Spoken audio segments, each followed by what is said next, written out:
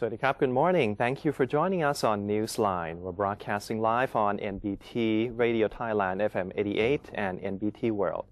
Today is Sunday, February 15th, and you're with me, Surapan Lautharanarit.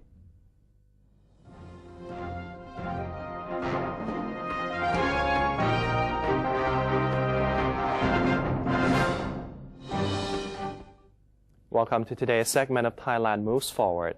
First up, the Prime Minister stressed that Thailand has seen a more peaceful atmosphere, while most members of the public have achieved greater reconciliation. Speaking during his weekly televised address, Prime Minister General Prayut Chan-o-cha said Thais are happier nowadays, thanks to the lack of large-scale political conflicts, adding that everyone needs to help maintain this very state of peacefulness, which will result in national reconciliation.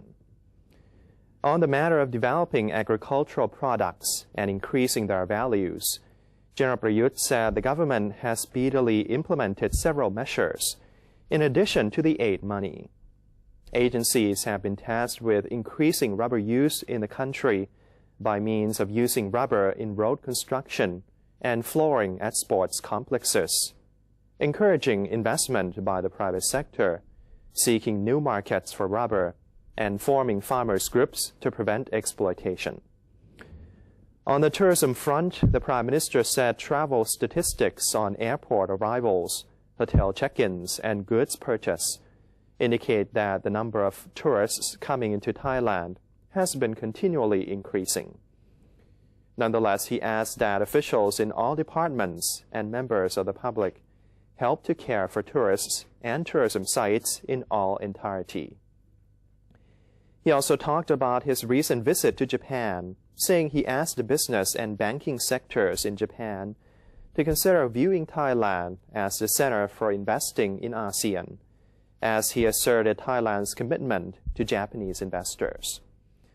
He also demonstrated the government's determination to develop all economic zones toward greater strength by placing emphasis on infrastructures, transportation, and the creation of linkages with neighboring countries.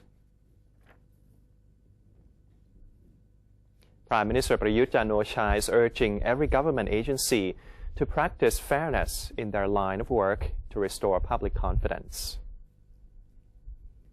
General Prayut urged government officials to adhere to the Official Information Act at a seminar on transparency and government administration at Government House.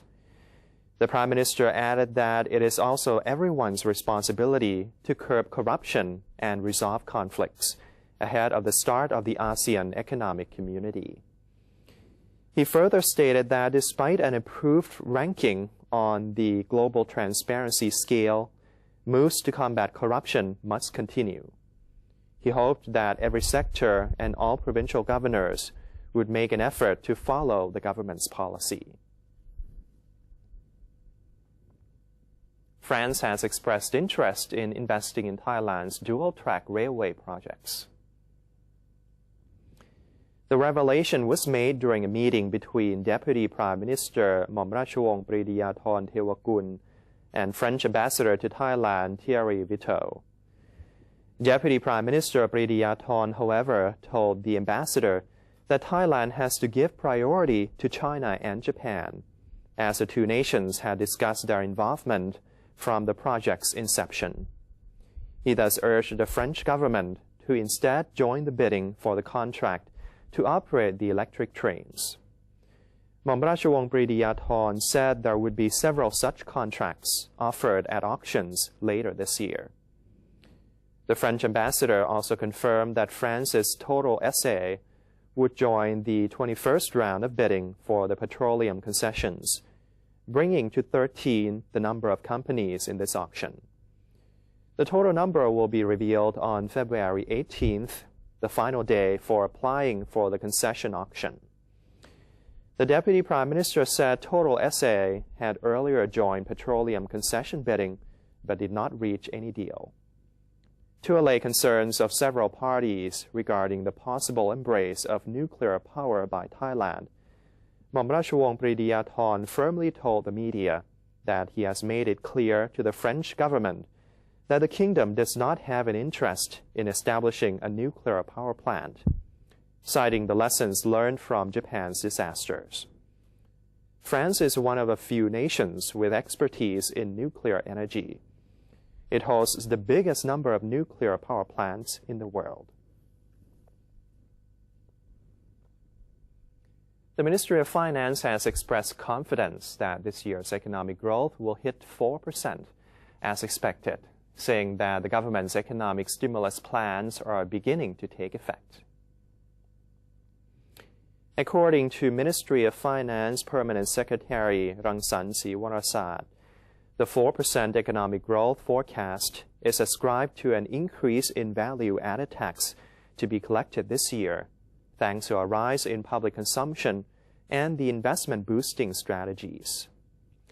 Although the amount of corporate income tax collected as of now is still below the target, Mr. Rangsan said the drop actually resulted from the government's offer of tax cuts to business operators as part of the efforts to boost investment. To expedite the economic expansion, the government this year will focus on development of infrastructure, establishment of special economic zones, and issuance of tax and non-tax incentives for investors and small and medium-sized enterprises. For the grassroots economy, the Ministry of Finance will launch a nano finance project to offer low-income earners access to funds, which is expected to reduce their reliance on loan sharks. Furthermore, the government will push ahead with its tax reform bid, which involves modification of customs and excise tax regulations, as well as collection of inheritance tax and land and property tax. The taxation of land and property will be discussed at the Cabinet meeting either in late February or early March. The price inspection body of the Ministry of Commerce has visited Wong Vien Yai Market in Klong San district in Bangkok today to inspect current food prices as the Chinese New Year is approaching. The survey, led by Chief Inspector General of the Ministry of Commerce, Somchat Soitong, found that most of the product prices were comparable to those last year, except for some types of vegetables, which had become 10 to 20% cheaper. Although some products have been found to be somewhat more expensive, their new prices have yet to go up significantly. The survey is aimed at observing changes in product prices prior to Chinese New Year, during which the demand for meat, vegetables, and some types of foods used in the festival's observation usually jumps, causing their prices to soar accordingly. The price inspection body will continue their mission at Mani Piman Market in Bang Su district today. The market survey is part of the Ministry of Commerce's efforts to regulate consumption goods prices and prevent some operators from taking advantage of consumers. According to the Constitution Drafting Committee, or CDC, public hearing stages will continue to be held across the nation to heed people's opinions on the new charter. CDC member and chairwoman of the subcommittee in charge of public participation, Dr. Thawinwadi Burikun, said that CDC is drafting the permanent constitution based on opinions and suggestions collected from all corners of Thailand, adding that all of the comments have been very useful and are being considered by the charter drafters. Once the draft charter is completed, which is expected in April, another public referendum will be staged for people to voice their satisfaction or dissatisfaction on the draft. CDC Chairman Bawansak Uwano received more support from a women's empowerment group. Representatives from the Foundation for Empowerment of Women's Creativity, led by Foundation President Dr. Suthira Wichitranon, gave flowers to Mr. Bawansak to express their appreciation for his past support for a minimum ratio for female office holders to be stipulated in the Constitution. The group also submitted an open letter asking about the progress of increasing the stipulation on the 50-50 ratio in the charter in order for an equal amount of women to be included in the public's decision-making process. The group also called for the new charter to require a roughly equal ratio of male and female members of parliament and senators. A survey has shown that most Thai teenagers perceive their parents as the most special persons on Valentine's Day. Minister of Culture Veera Rodpachanarat disclosed the findings from a nationwide survey conducted on 600 samples of teenagers aged between 15 and 20 on the topic of Valentine's Day by the Cultural Surveillance Bureau and the Children and Youth Council of Thailand. He said that 98% of the results placed their parents as the most important persons during Valentine's.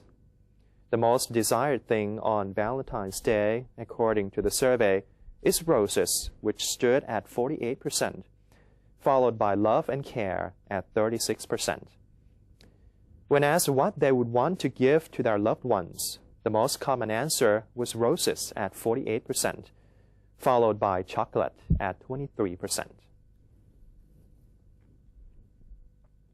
The Bank of Thailand, or BOT, has released a report showing that commercial banks in 2014 remained stable despite slow loan growth due to the weakened economy. Mr. Chaturong Chantarang, Senior Director of the BOT's Financial Institution Strategy Department, revealed that the economy in 2014 was strongly affected by the political crisis in the first half of the year. The kingdom struggled with high household debt, as well as a contraction in exports. Commercial banks saw only 5% loan growth, down from 11% in 2013. However, credit ratings remained largely stable. Non-performing loans last year totaled 277 billion baht, an increase of 11.5 billion baht from 2013. Meanwhile, special loans rose to 336 billion baht, a large amount of which was taken out for the manufacturing industry. Nonetheless, commercial banks in 2014 held strong reserves that increased to 169.4% of the previous year. The BOT was confident that the reserves would be able to accommodate potential fluctuations in the economy. The Ministry of Public Health and CPR Public Company Limited are joining hands to provide training for vocational education students through a new model that emphasizes real work during study and market-based skill training. Deputy Education Minister Grisanapong Kiratikon explained that the variety of available occupations, as well as job opportunities and competition in education, will grow after Thailand integrates into the ASEAN community. The ministry is tackling issues in education based on lessons learned over the past 10 years. According to Mr. Grisanapong, about 70% of Thai youths enter the workforce after graduating from the Mathayom Siksa 3 level without relevant basic knowledge of the occupations they engaged in. As a result, work output had been substandard. In order to fix this problem, the ministry now wants students to be able to acquire real experience at the workplace and have the opportunity to apply the knowledge learned in class to real work and real situations. The bilaterally hosted vocational education between the Office of the Non-Formal and Informal Education and CPR will allow students to accumulate real-work experience over the entire 3-year period of education. Mr. Gosak Chairasamisak, chairman of CPR, said the students will also receive income while they undertake training. The company also guarantees employment of the students who complete their course.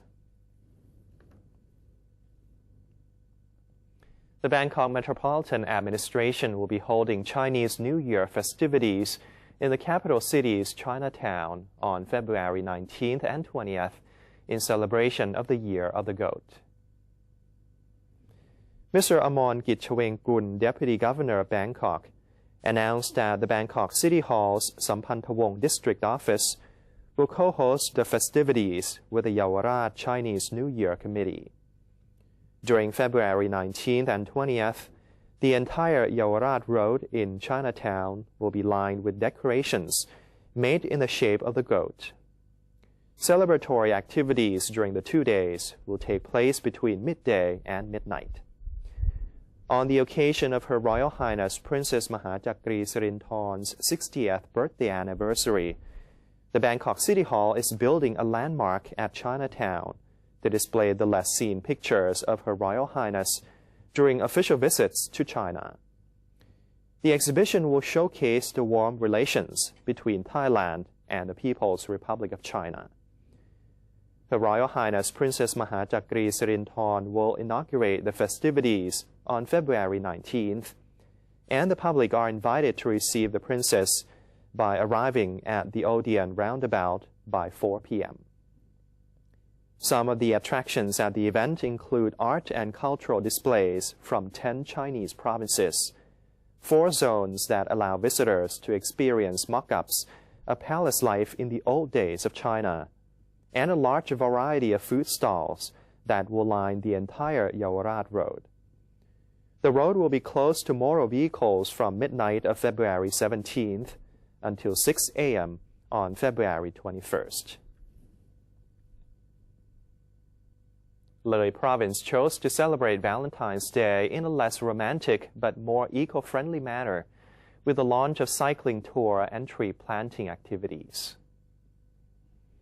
The event, which took place at the Cultural Ground in Chiang Khan District, featured a bike tour on the charming route along the bank of the Mekong River. Apart from the cycling trip, participants had to complete the mission by planting saplings on the riverbanks. The activity was part of the Ministry of Tourism and Sports' efforts to enhance the awareness of the importance of environmental conservation, which is a vital factor leading to the sustainability of green tourism. Chiang Khan is one of the most popular filming locations for romantic movie makers. The place is also one of the 12 cultural cities dubbed by the Tourism Authority of Thailand as the cities that must not be missed. And that's the end of today's edition of Thailand Moves Forward. Before we take a quick break, let's have a look at the exchange rates and commodity prices.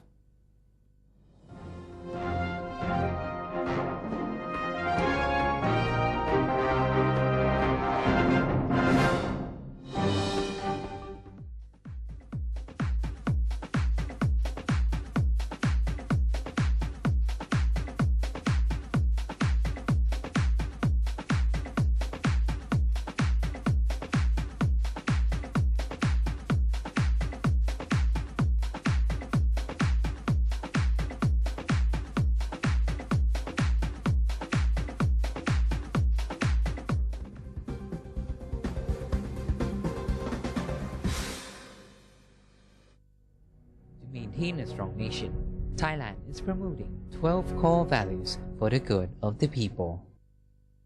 The 9th core value, being conscious and mindful of actions in line with His Majesty the King's royal statements.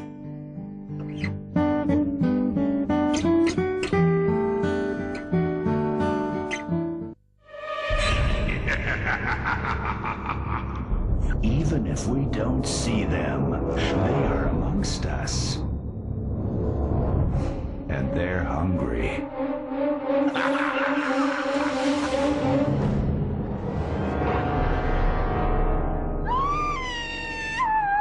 Slay your power-sucking monsters. Take their power away. Think when you plug. NBT World a 24-hour English language television service operated by the National News Bureau of Thailand, or NNT. Is designed to bring the most reliable information about Thailand to the international community. NBT World is available on various platforms, including via C-band set-top boxes, GMMZ Channel 202, PSI Channel 272, and a live stream on thainews.prd.go.th/newsing. You can also follow us on facebook.com/NNT News or download the PRD News EN application on your smartphones. NBT World, a vision of Thailand.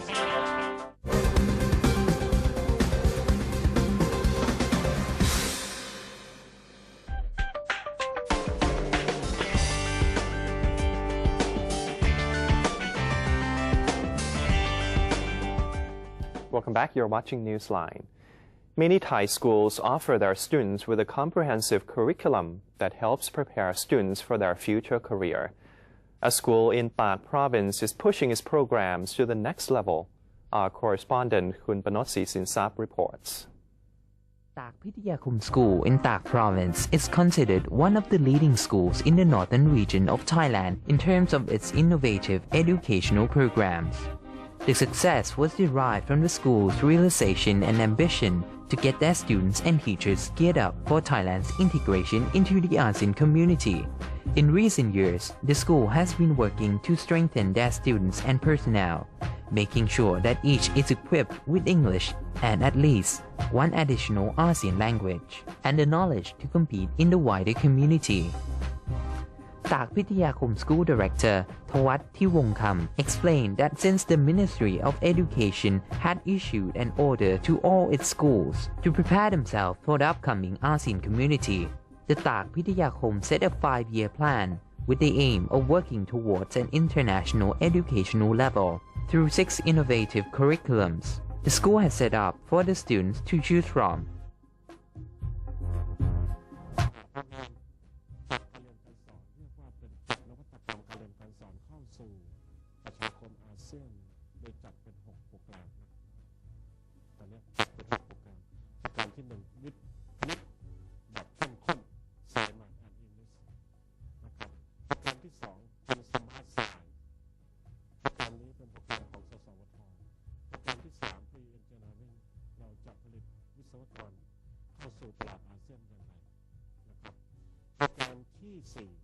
EP MEP อันนี้เป็นโปรแกรมของกระทรวงศึกษาธิการโปรแกรมที่ 5 EIS คือ English for Integrated Study English for Integrated Study คือการบูรณาการการเรียนการสอนโดยใช้ภาษาอังกฤษเป็นสื่อ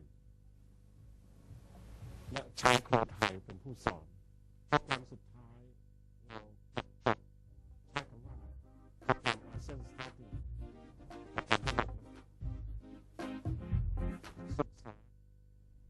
North Korean Vice Foreign Minister Ri Kil-sung met Indonesian officials in Jakarta as part of a 2-week trip around Southeast Asia.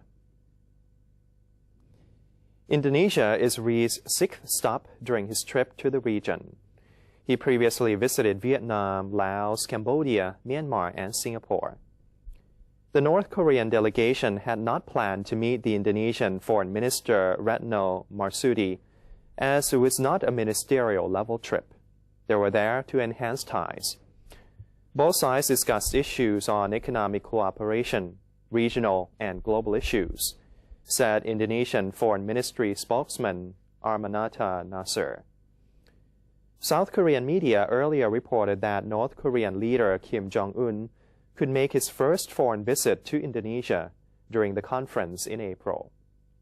Kim's grandfather and North Korea founding leader Kim Il-sung visited Indonesia in 1965 to mark the 10th anniversary of the same conference. Kim is set to visit Russia in May for a celebration marking the Soviet victory over Germany in World War II. And that's a wrap for today's edition of Newsline. For any comments or suggestions, please feel free to email them to us at newsline.nbt@gmail.com. You can also follow us on Facebook or visit our website at thainews.prd.go.th/newsin. And for today, we're going to say goodbye with 9 couples in Pattaya dancing their way to victory, breaking the record for the longest dance marathon in the world.